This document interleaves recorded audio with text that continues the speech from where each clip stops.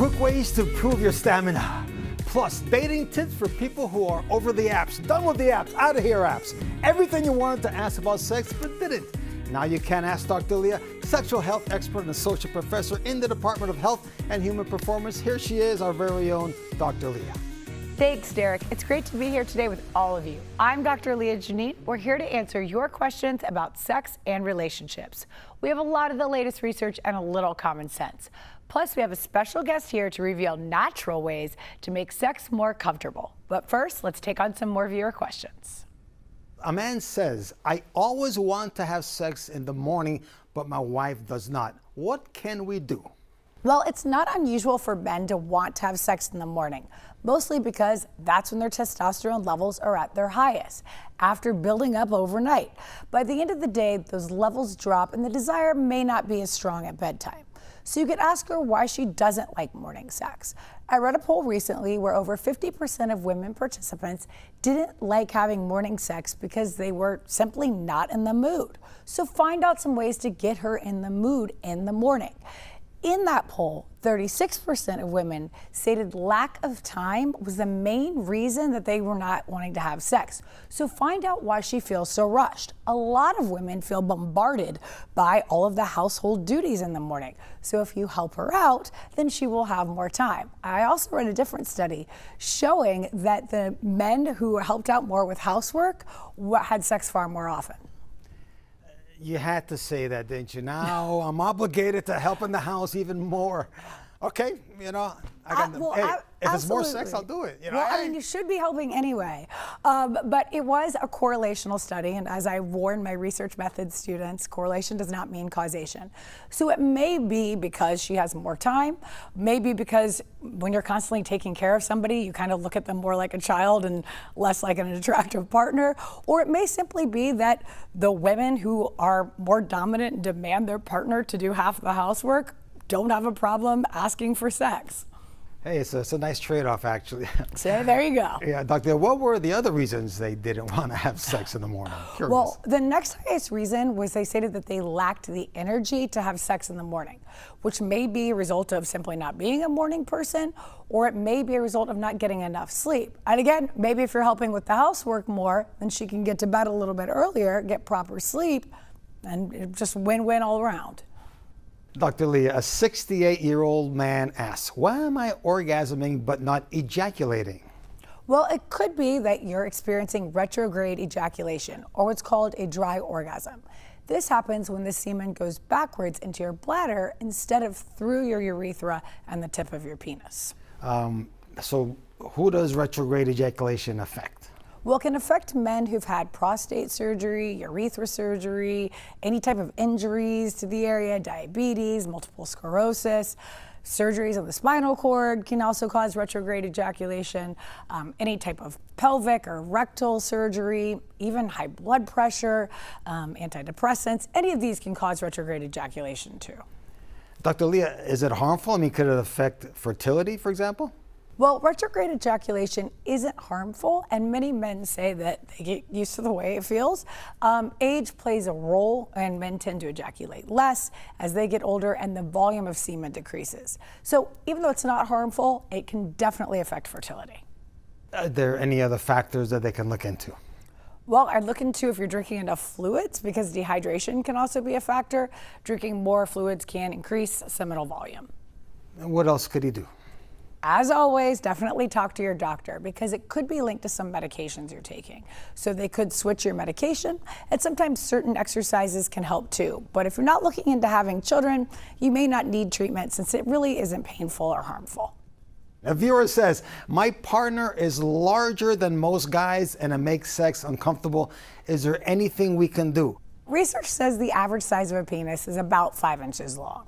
So that's just the average. You might wonder what you could do if your partner is bigger, right? If you haven't yet, using a lubricant will make penetration much easier. Find one that is hypoallergenic with as few artificial ingredients as possible. So let's say they've tried that. What else would you suggest? Try different positions where you get to control how deep the penetration will be. Being on top, either facing your partner or away from them allows you to set the pace and the deepness. So does spooning, where you lay on your sides, back to front, and when you're in front, you can use your legs to control the penetration. If you want to do doggy style, try keeping your legs closer together. You will also be able to control the penetration. These positions will also work for anal sex. Also, don't forget alternatives to intercourse such as manual masturbation, oral sex, massages, cuddling. And sex toys as well, possibly? Absolutely. Okay, great. Still to come on Sex Talk. Pelvic floor exercises. Improving your sex life post-menopause. Sex med options.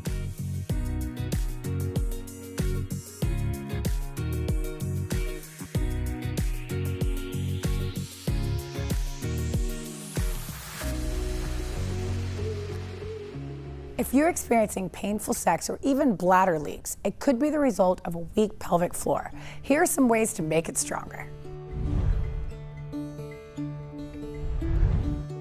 The pelvic floor is a group of muscles that support the organs in the pelvis and play an important role in urinary and bowel control, as well as sexual functioning. A weak or dysfunctional pelvic floor can lead to various issues, but there are some ways to strengthen those muscles. Practicing yoga or Pilates can be beneficial for pelvic floor health.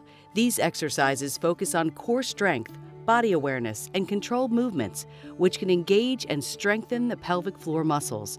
Certain yoga poses, such as bridge pose and child's pose, specifically target the pelvic floor. Proper breathing techniques can enhance pelvic floor function. When performing exercises or lifting heavy objects, exhale during exertion, as this helps engage the pelvic floor muscles. Practice diaphragmatic breathing to improve overall core stability and indirectly strengthen the pelvic floor. If you're unsure how to properly engage and strengthen your pelvic floor muscles, or if you're experiencing specific pelvic floor issues, consider seeking guidance from a pelvic floor physical therapist.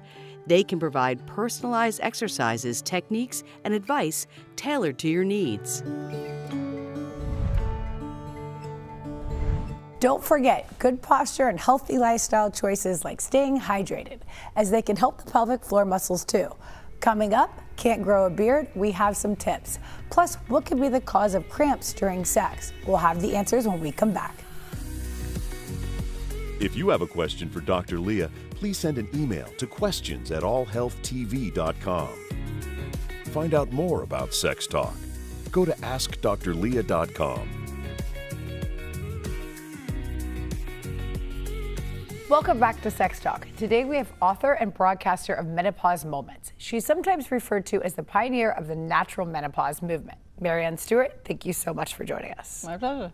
So, regardless of which stage of life they're in, women seem to be embarrassed to talk about vaginal dryness. What can you do, or what can you suggest to make people feel more comfortable? Well, I think first of all to know that you're not alone. Our last survey on 1,100 women showed that 70% of them were suffering with vaginal dryness. And I remember running one of my courses on sex and associated problems and having a woman burst into tears because she'd never said the words vaginal dryness out loud before. And someone else was crying because she said her vagina felt like a burning fireball. So she couldn't even sit down, let alone have comfortable sex. And women are just grinning and bearing it. They just think this is part of the aging process. But it actually doesn't have to be that way. It's because they're running on empty, and it's because they're not meeting their needs. Because 100 or so years ago, we weren't living much past 50, so it didn't really matter. But now when you get into your 40s and 50s, and your ovaries are winding down, and everything is empty, you need to fill it up again so that you feel well and you feel lubricated and juicy so that you can get on with the game in hand and not think that life in the bedroom is over, because it's far from it. So obviously there's a lot of hormonal changes that happen with menopause and other things, but what are some reasons that maybe younger women might be experiencing such extreme vaginal dryness, like the instance that you were referencing? I think it's mainly older women, to be perfectly honest, because when you're younger, you've got estradiol still circulating around your system. Sometimes after you've had a baby, you may have a hormonal adjustment, but for the most part, it's as you get into your 40s and then into your 50s, and certainly in your 60s, when things have just completely dried up, the factory that produced all the mucus and the elasticity has closed down, and things go from bad to worse, and you can get really, in fact, bleeding, torn tissues when you try and have penetration. It can be a nightmare if you don't know how to fix it and get yourself back into really good shape. So we get a lot of your questions about sexual functioning during menopause, because obviously it could really affect your sex life during this period. Anything else that you would want to add to that? Well, I think it's what you do about it more than, and have hope in your heart that this isn't the end of life in the bedroom, because we know from the survey we did on men that they feel frustrated and rejected. And obviously women don't want to have penetration if it's really painful, and if they're likely to make themselves feel even worse. I mean, for example, when you've got thin tissues, you're much more likely to get a UTI after you've had sex. So it's really important to keep those tissues nice and plump and moist so that you can carry on having really good sex, because you can have the best sex as you get older. So aside from like hormone replacement therapy or anything like that, what are some natural ways to really like keep those tissues lubricated? Absolutely. So the first thing you need to do is consume Mother Nature's hormones in food. When we're talking about libido, how you can consume foods like soy and flax seeds and other things like red clover, herb red clover, all of those things. In fact, funnily enough, the first study I ever saw on this subject was published in the British Medical Journal, and it was a study that was done in Australia where they fed a group of women soy, flax seeds and red clover, and they were able to bring about a similar change in the lining of the vagina as they would have expected to see in women taking HRT. So you can do it naturally. It's really very impressive, but it's knowing how to do it. And the receptor sites don't stay full for very long. They empty out, so you've got to have something for breakfast, lunch, dinner, and you need to add these, whether it's edamame beans or flax seeds or whatever it is, into your diet, and maybe take a few supplements as well, because there are some supplements. For example, the sea buckthorn plant has been shown to improve the vaginal lining, the elasticity, the mucus, and there are other things like hyaluronic acid gels that you can use that has a similar effect to HRT. So you don't actually have to use HRT, you can do it naturally. That's wonderful. It's great to know there's a solution without side effects there. Absolutely, and then there's red light therapy as well now, which you can use at home. There's an amazing device that looks like a vibrator, and it acts like a vibrator as well as having the red light therapy, and it helps to really rework the tissues and keep them healthy in the long term, and something that you can do as a self-help thing forever, so that you can stay in the driving seat and you don't have to lose this very special part of your life. That's wonderful. Well, thank you so much, and we'll be right back with more Sex Talk. Still ahead on Sex Talk. Dating without using apps. Is sex with a UTI safe? What's new in sex meds? Low T and facial hair. Cramps after sex. Improving sexual stamina.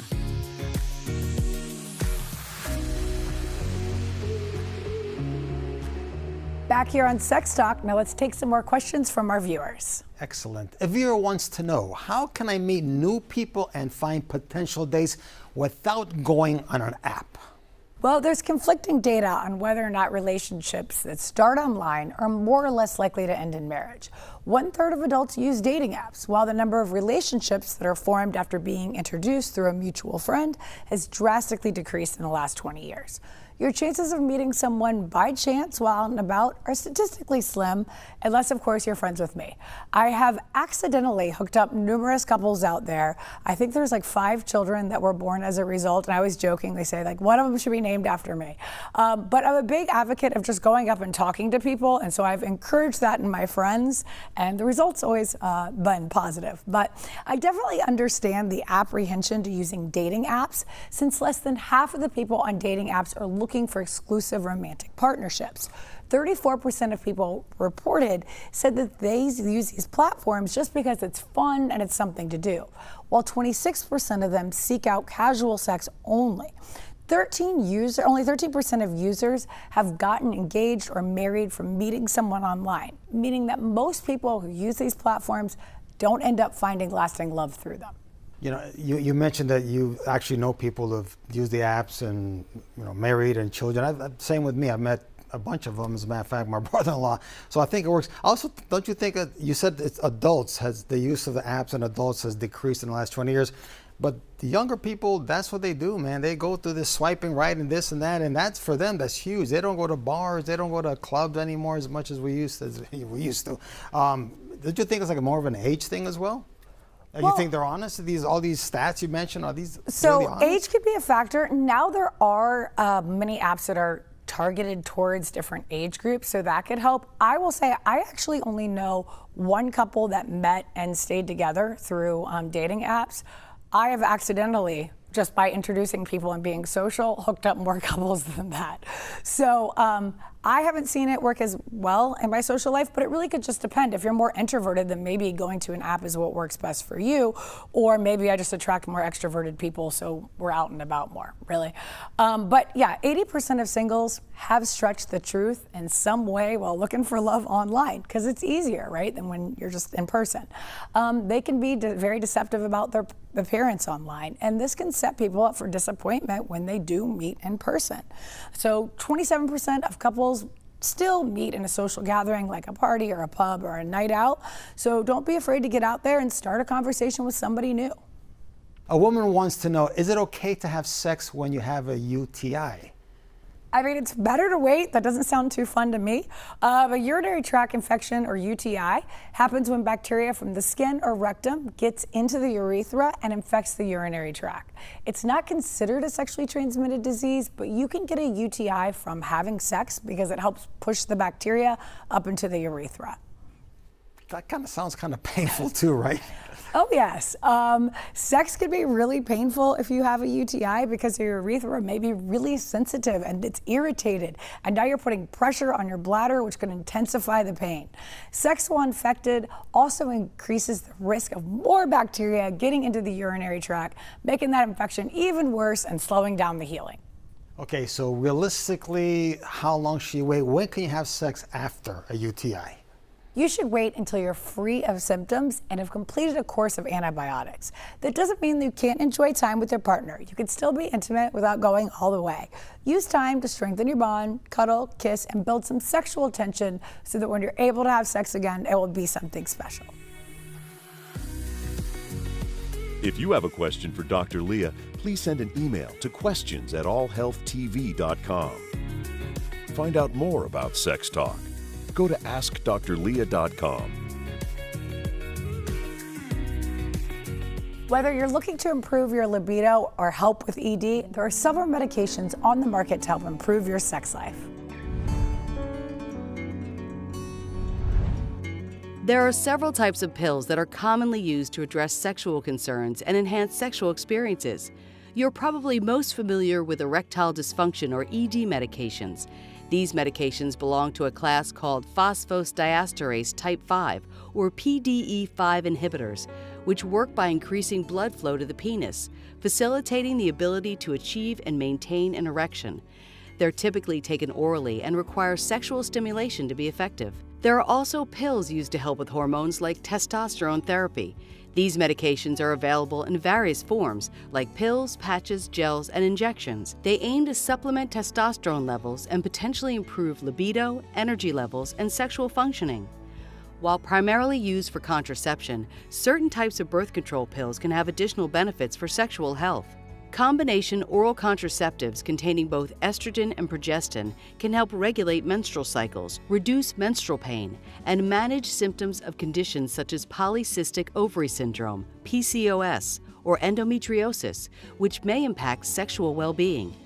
It's crucial to approach the use of any medication or supplement for sexual purposes with caution and under the guidance of a healthcare professional. Pills are just one option. If you talk to your doctor, they can help find the best treatment for you. Let's take some more questions. Here we go. A man writes, I'm in my 20s and I don't have a lot of facial hair. Does this mean my testosterone is low? What can I do? Well, the most common reason that some men don't have a lot of facial hair is actually genetics. If other men on both sides of your family have a lot of facial hair, there may be some other factors involved. Can you think of any other factors? Can you tell us some of the factors? I'm sure you can think of some. Oh yeah, low testosterone levels can cause poor beard growth. If you've got any of the following symptoms, you may want to check with your doctor, like low sex drive, erectile dysfunction, fatigue, any trouble building muscle, increased body fat, any mood changes, and age can be a reason too. Most men see an increase in facial hair coverage until around 30. Since you're in your 20s, your beard may get thicker as you age. And I can attest to that. The older I got, my beard got thicker. I have to shave twice a day. What else, Dr. Leah? And well, race can be a factor too. Men from Mediterranean countries tend to have thicker beards than men from any other regions. Caucasian men tend to have more hair on the cheeks, neck, and chin. So is there anything you could do to get a fuller beard? Well, there's some lifestyle changes that you can try, like eating a balanced diet and making sure you get enough essential vitamins and minerals, reduce your stress. Some research has also found that stress can affect beard thickness, getting a good night's sleep, not smoking, all your general health things here. All these things can have a negative impact on hair growth and skin. How about exercise, Dr. Leah? Can that help? Yeah, exercise is a natural way to increase testosterone, so that can help without having to take any supplements. But again, vitamins and supplements and minerals aren't going to cause a drastic difference. Okay, thank you, Dr. Leah. One of our female viewers says, I get horrible cramps after sex. What is wrong? Well, cramping after sex can be normal, but they should be short-lived and go away.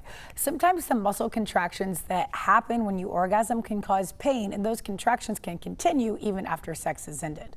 Some women were born with a uterus that is tilted in a way where deep penetration can hit the cervix and could cause cramping. You might try a different position and see if that helps. So what about an IUD? Well, if you haven't one, then that may be the cause. So if you check with your doctor to make sure it's in the right place, or you can remove it and use a different form of birth control. Ovarian cysts are usually harmless, but they can also cause a dull ache in your pelvic area and possibly rupture. Uterine fibroids are benign muscle tumors of the uterus, and they're usually harmless unless they are large and growing near the cervix, causing an enlarged uterus and heavy abdominal bleeding and cramping right after sex. Are there any other diseases that cause the cramps? Yep, PID or pelvic inflammatory disease can cause pain in the lower abdomen and pelvis, and pain or bleeding during or after sex. Even urinary tract infections can cause a dull cramping pain. So if your cramps don't go away shortly after sex, or you've got any other symptoms like bleeding, you should definitely contact your doctor. Absolutely.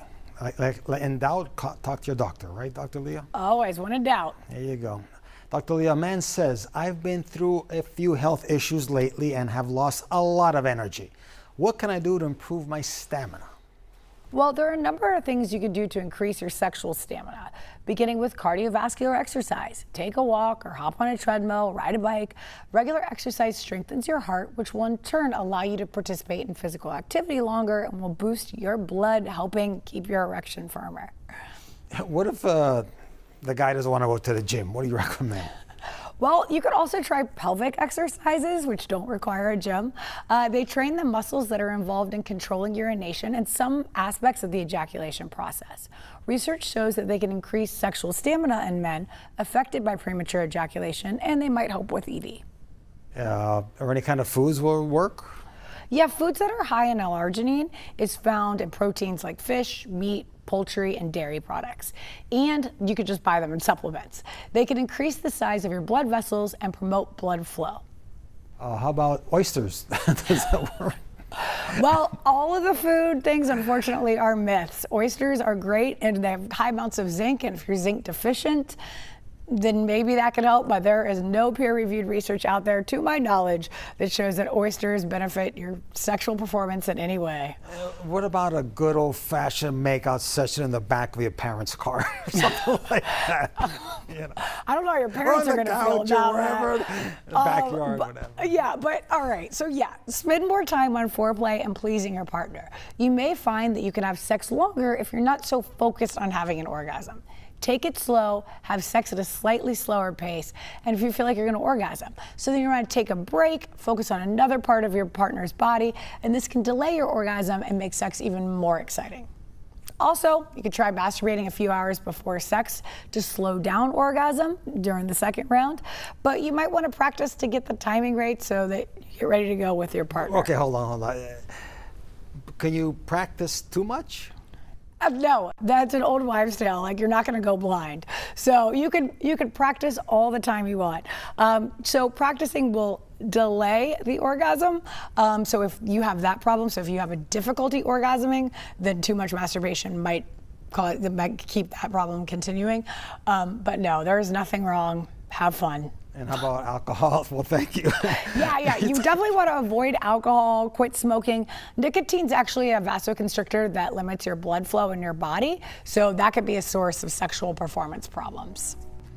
Well, Derek, that's all the time we have for today, but you can still send in your questions. I'm Dr. Leah Janine, and we will see you next time when we answer the questions you've always wanted to ask on Sex Talk.